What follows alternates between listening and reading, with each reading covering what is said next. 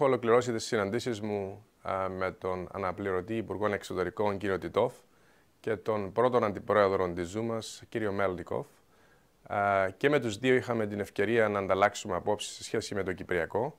Τους ανέπτυξα την δική μου πρόταση για την λύση του Κυπριακού στη βάση μιας ισχυρής ομοσπονδίας. Αυτό θα εξυπηρετήσει και τα συμφέροντα των χωρών με τις οποίες θα συνεργαστούμε για την αξιοποίηση του φυσικού αερίου από τη μια, αλλά και από την άλλη θα εξυπηρετήσει τα συμφέροντα του κυπριακού λαού στην ολότητά του. Από την άλλη, επίσης συζητήσαμε και τις οικονομικές σχέσεις μεταξύ των δύο χωρών.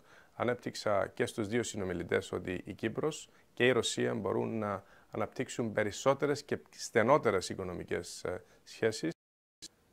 Επίσης, ανέπτυξα και στους δύο συνομιλητές την πρότασή μου όπως όταν αναλάβω τη διακυβέρνηση της χώρας θα εγκαταστήσω ένα μόνιμο γραφείο επενδύσεων στη Ρωσία έτσι ώστε οι επενδυτές που ενδιαφέρονται να επενδύσουν στην Κύπρο να επιταχύνουν τις διαδικασίες και να έχουν άμεση πρόσβαση προς τις υπηρεσίες του κράτους.